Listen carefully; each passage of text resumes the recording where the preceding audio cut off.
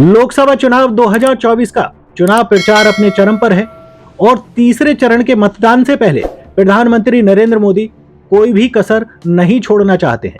यही वजह है कि वो जहां पर भी जाते हैं कांग्रेस या फिर राहुल गांधी पर हमलावर होते हैं। इसके अलावा गांधी परिवार को पूरी तरह से निशाना बनाते हैं। यही नहीं, विपक्ष पर भी वो निशाना साधने से नहीं चूकते हैं। यही वजह है कि प्रधानमंत्री नरेंद्र मोदी ने शनिवार को कांग्रेस के नेतृत्व वाले इंडिया गठबंधन पर जमकर निशाना साधा। पीएम मोदी ने कहा कि वह सत्ता में आने की स्थिति में 5 साल में 5 प्रधानमंत्री बनाने पर विचार कर रहा है। मोदी ने पश्चिमी महाराष्ट्र के कोल्हापुर में एक चुनावी रैली में कहा कि विपक्षी गठबंधन 3 अंकों के आंकड़े या सरकार बनाने के दरवाजे तक भी नहीं पहुंच सकता है, लेकिन अगर उसे मौका मिला तो उसकी योजना हर साल एक प्रधानमंत्री बनाने की है। उन्होंने कहा कि कर्नाटक में कांग्रेस ने बारी बारी से मुख्यमंत्री पद 2.5 साल के बाद उप मुख्यमंत्री को सौंपने की योजना बनाई है। उसके बाद छत्तीसगढ़ और राजस्थान में भी यह व्यवस्था थी। प्रधानमंत्री ने कहा कि कांग्रेस कर्नाटक मॉडल को पूरे देश में लागू करना चाहती है, जिसमें मुसलमानों को ओबीसी के 27% कोटे में शामिल किया गया। उन्होंने कहा कि कांग्रेस के नेतृत्व वाले गठबंधन ने सामाजिक न्याय की हत्या करने की कसम खा रखी है।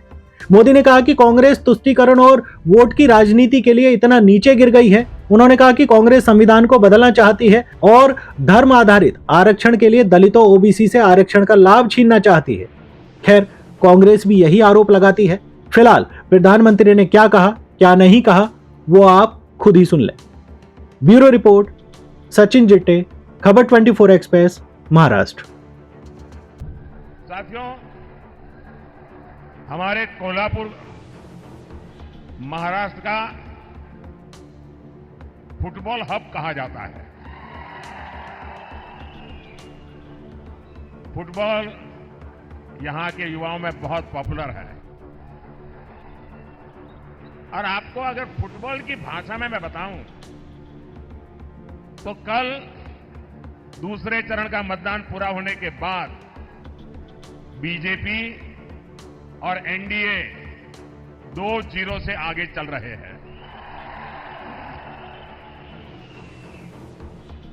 कांग्रेस और इंडिया अलायंस ने देश विरोधी और नफरत की राजनीति के 2 सेल्फ गोल कर लिए हैं और इसलिए ये पक्का हो गया है, फिर एक बार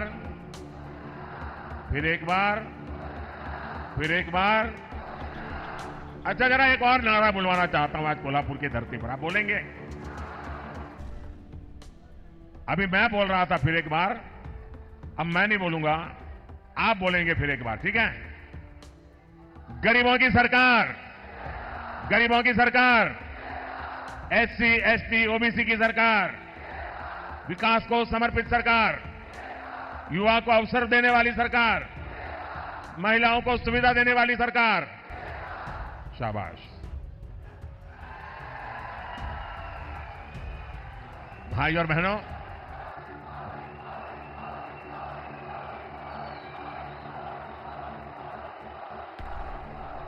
अब तीसरे चरण में बॉल कैरियर की जिम्मेदारी कोल्हापुर वासियों के पास आने वाली है। मुझे विश्वास है आप ऐसा गोल दागेंगे,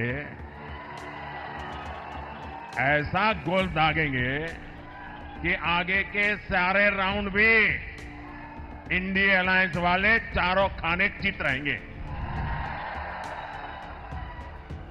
क्योंकि ये पूरा देश जानता है जगत भारी कोल्हापुरी, जगत भारी।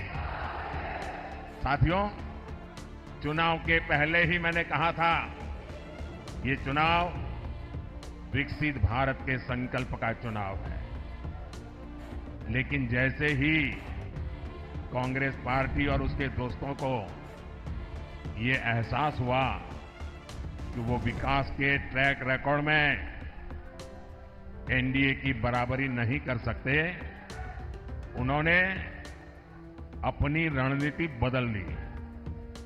इसलिए इंडिया अलायंस वालों ने खुलकर देश विरोधी एजेंडा और तुष्टीकरण के हथकंडों का इस्तेमाल करना शुरू कर दिया। अब कांग्रेस का एजेंडा है कि वो सरकार में आने के बाद कश्मीर में आर्टिकल 370 वापस ले आएंगे। क्या आप ऐसा करने देंगे? अब किसी में हिम्मत है कि मोदी के इस कदम को पीछे हटा सके? ये लोग कह रहे हैं कि इनकी सरकार बनी तो ये लोग सीएए कानून रद्द कर देंगे। क्या ये देश उनको करने देगा? और अगर करने जाएंगे तो उनकी हालत क्या होगी उनको पता है क्या? अब आप मुझे बताइए, जिन लोगों के 3 अंकों में लोकसभा सीट जीतने के लाले पड़े हो, क्या ये इंडिया अलायंस वाले सरकार के दरवाजे तक भी पहुंच सकते हैं क्या? और उनका तो हाल ये है जी, वो ऐसी फॉर्मूला बना रहे हैं, 1 साल 1 पीएम, ये फॉर्मूला निकालने में लगे हैं। अगर 5 साल मौका मिले तो 5 प्रधानमंत्री। अब इनको इसकी आदत हो गई। कर्नाटका में भी अभी सरकार बनी, उनकी पार्टी, उनका विजय। फॉर्मूला क्या? 2.5 साल 1 मुख्यमंत्री, 2.5 साल के बाद जो डिप्टी सीएम है वो मुख्यमंत्री। ये खेल खेल रहे हैं। इन्होंने छत्तीसगढ़ में फॉर्मूला बनाई थी, 2.5 साल 1 मुख्यमंत्री, दूसरे 2.5 साल दूसरा मुख्यमंत्री। उन्होंने राजस्थान में फॉर्मूला बनाई थी, 1-2.5 साल 1 मुख्यमंत्री, दूसरे 2.5 साल। और हुआ क्या?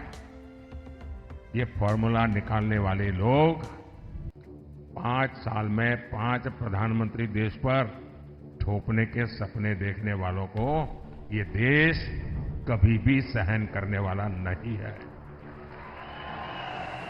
और इसलिए ये लोग देश पर गुस्सा उतार रहे हैं। कर्नाटका और तमिलनाडु में कांग्रेस और इंडिया अलायंस के लोग क्या भाषण कर रहे हैं? दक्षिण भारत को तोड़कर अलग देश बनाने की मांग कर रहे हैं। आप मुझे बताइए, अहद पेशावर तहत तंजावर, हिंदवी स्वराज्य, ये घोषणा जिस धरती पर हुई, छत्रपति शिवाजी महाराज की धरती, क्या कभी भी कांग्रेस के ऐसे एजेंडे को स्वीकार करेगी क्या? इन्हें जवाब मिलना चाहिए। मिलेगा कि नहीं मिलेगा? तगड़ा जवाब मिलेगा। साथियों, अयोध्या में राम मंदिर का 500 साल पुराना सपना पूरा हुआ।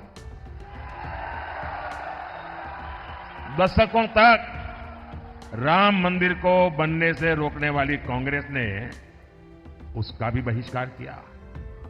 और ये कांग्रेस इतनी अधपतन में गई है। ये राम मंदिर के जो ट्रस्टी है ना, ये अच्छे लोग हैं, तो कांग्रेस के सारे पाप माफ कर दिए और घर जाकर के निमंत्रण दिया कि नहीं भाई चलो, जो हो गया आओ। उन्होंने उस निमंत्रण को ठुकरा दिया। क्या कोई कभी प्रभु राम के दरबार में जाने का निमंत्रण ठुकरा सकता है क्या?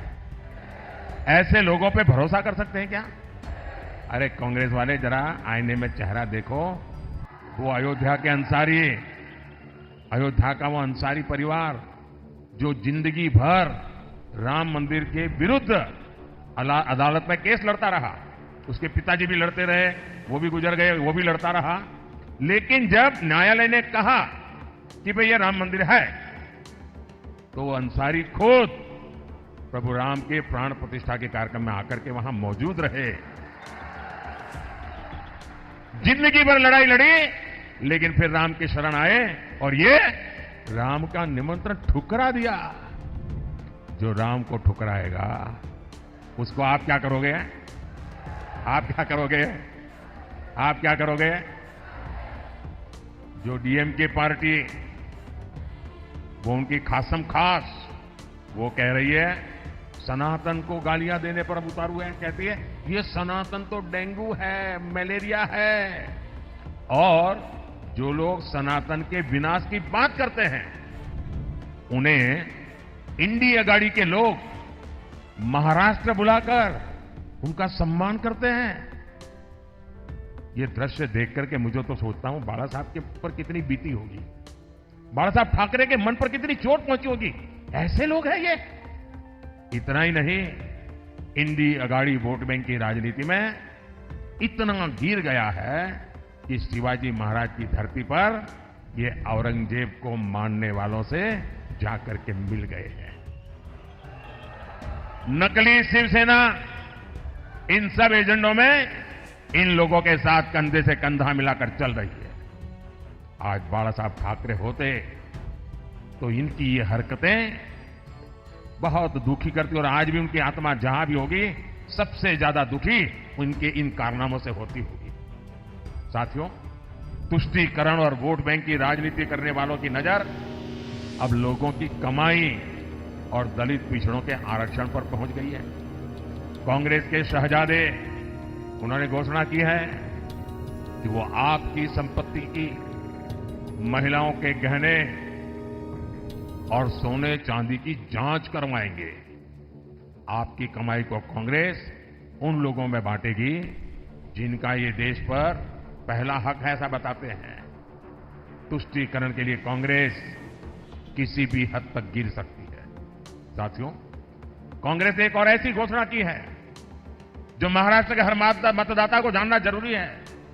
कांग्रेस ने ऐलान किया है कि आप जीवन भर जो कमाएंगे, अपने बच्चों के लिए जो कुछ भी जोड़ते रहेंगे, वो पूरा का पूरा आपके संतानों को नहीं मिलेगा। आज आपके पास गाड़ी है तो आप अपने बेटे को दे सकते हैं, घर है दे सकते हैं, खेत हैं दे सकते हैं। ये कांग्रेस के शाहजादे फॉर्मूला लाए हैं। आपके न रहने के बाद आपकी पैतृक कमाई में से आधा हिस्सा कांग्रेस इनहेरिटेंस टैक्स लगाकर वसूल करना चाहती है। क्या आप अपनी मेहनत करके जो कमाई की है, पाई पाई बचाई है बच्चों के लिए, क्या उसे आप लूटने देंगे क्या? ये कांग्रेस की सरकार जो सपने देखती है उसको पूरा होने देंगे क्या? साथियों, महाराष्ट्र बाबा साहब आंबेडकर, छत्रपति साहू जी महाराज, ज्योतिबा फुले की धरती है। महाराष्ट्र की यह धरती सामाजिक न्याय का प्रतीक है, लेकिन कांग्रेस और इंडी अघाड़ी ने सामाजिक न्याय की हत्या करने की भी ठान ली है। हमेशा बाबा साहब का अपमान करने वाली कांग्रेस अब दलितों, पिछड़ों के आरक्षण पर डाका डालने की तैयारी में है। कांग्रेस महाराष्ट्र समेत पूरे देश में आरक्षण का अपना कर्नाटका मॉडल लागू करना चाहती है। और यह कर्नाटका मॉडल क्या है? इस देश के दलितों ने, आदिवासियों ने, पिछड़ों ने, एससी, एसटी, ओबीसी सबने समझने जैसा है जी। बड़ा भयंकर है मॉडल। कर्नाटका में कांग्रेस सरकार ने ओबीसी कोटे में जो 27% आरक्षण है वो मुसलमानों को देने के लिए उन्होंने क्या किया? रातों रात एक कागज पे थप्पा मार करके सभी मुसलमानों को ओबीसी बना दिया, रातों रात। और इसके कारण वो ओबीसी का जो कोटा था उसके हकदार बन गए, और जो ओबीसी को मिलता था वो पूरा का पूरा उन्होंने लूट लिया। भाइयों, अब ये फॉर्मूला ये पूरे देश में लागू करना चाहते हैं। आप करने देंगे क्या? करने देंगे क्या? 2012 में इंडी गठबंधन की सरकार ने ये कोशिश की थी, तब ये सफल नहीं हो पाए थे। इसलिए अब कांग्रेस संविधान बदलकर दलित पिछड़ों का आरक्षण धर्म के नाम पर बांटना चाहती है। ओबीसी के आरक्षण पर यह डाका क्या कभी कोई बर्दाश्त कर सकता है क्या? आप बर्दाश्त कर सकते हैं क्या? आप स्वीकार कर सकते हैं क्या? जिन लोगों ने कर्नाटका में पिछड़ों का आरक्षण छीना है, उन्हें देश में एक इंच भी सफलता नहीं मिलनी चाहिए, अवसर नहीं मिलना चाहिए। साथियों, कांग्रेस और इंडी अघाड़ी का एक ही एजेंडा है, सरकार बनाओ, नोट कमाओ। लेकिन हमने इन 10 वर्षों में समस्याओं के स्थायी समाधान के लिए काम किया। एनडीए ने युवाओं और महिलाओं को केंद्र में रखकर काम किया। एनडीए ने आत्मनिर्भर भारत अभियान चलाया ताकि देश में उद्योग बढ़े। एनडीए ने स्टार्टअप इंडिया अभियान शुरू किया ताकि युवाओं को ज्यादा अवसर मिले। आज स्टार्टअप्स के मामले में भारत दुनिया में तीसरा सबसे बड़ा देश है। आज दुनिया में दूसरे नंबर पर सबसे ज्यादा मोबाइल फोन बनाने वाला भारत है। यानी जिस युवा को कांग्रेस ने नौकरी और रोजगार के लिए तरसा दिया था, भारत का वो युवा अब दुनिया की अर्थव्यवस्था को दिशा दे रहा है। अगले कार्यकाल में भाजपा एनडीए युवाओं को और ज्यादा अवसर देने के लिए प्रतिबद्ध है। इसलिए भाजपा ने घोषणा की है कि मुद्रा योजना के तहत अब 10 लाख के बजाय 20 लाख रुपए का लोन दिया जाएगा, बिना गारंटी दिया जाएगा। अगले 5 साल में हमारी सरकार इंफ्रास्ट्रक्चर पर रिकॉर्ड निवेश करेगी। इससे भी युवाओं के लिए रोजगार के नए अवसर बढ़ेंगे। साथियों, विकास में महिलाओं की भागीदारी विकसित हो और विकसित भारत की एक गारंटी है। इसलिए महिलाओं के लिए अवसर, उनकी सुरक्षा, ये मोदी की गारंटी है। पहले जिन सेक्टर्स में महिलाओं के काम करने की पाबंदी थी, मोदी ने उस पाबंदी को खत्म कर दिया।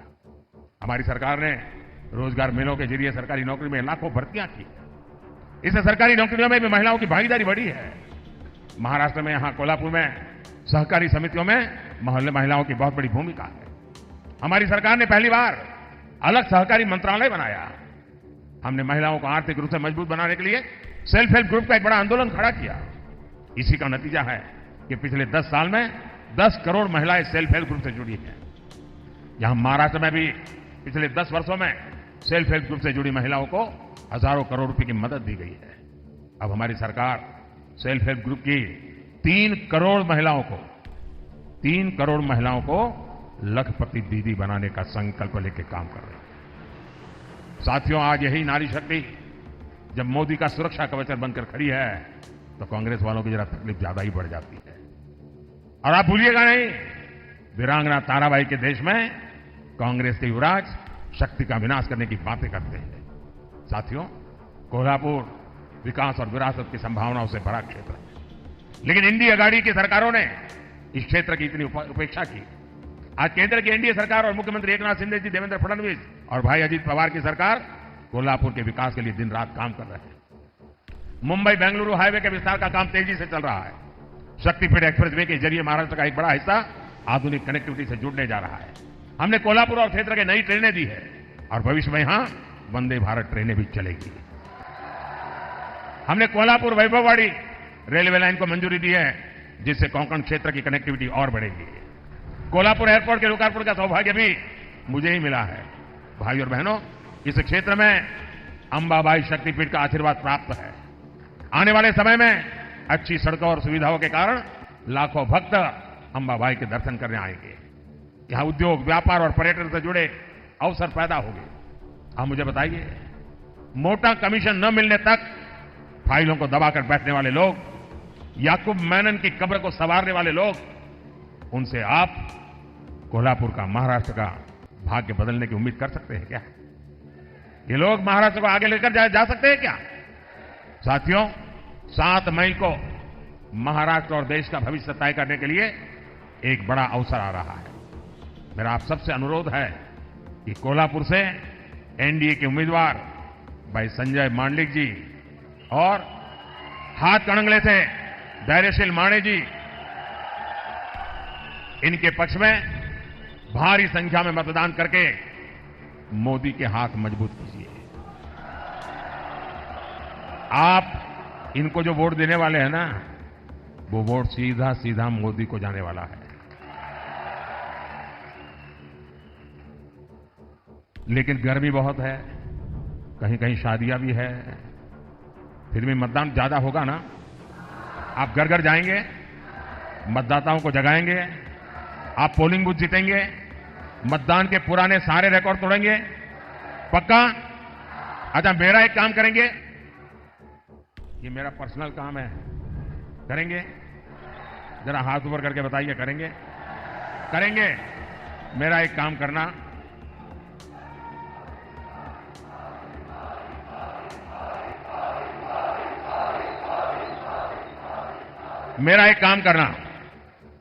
यहां से जाने के बाद आसपास पड़ोस में, गांव में, मोहल्ले में जिन जिन लोगों को मिलना हो जाए, नहीं होता है तो जाकर के मिलिए, मेरी तरफ से मिलिए और हर एक को कहना कि अपने मोदी जी कोल्हापुर आए थे और मोदी जी ने आपको प्रणाम भेजा है।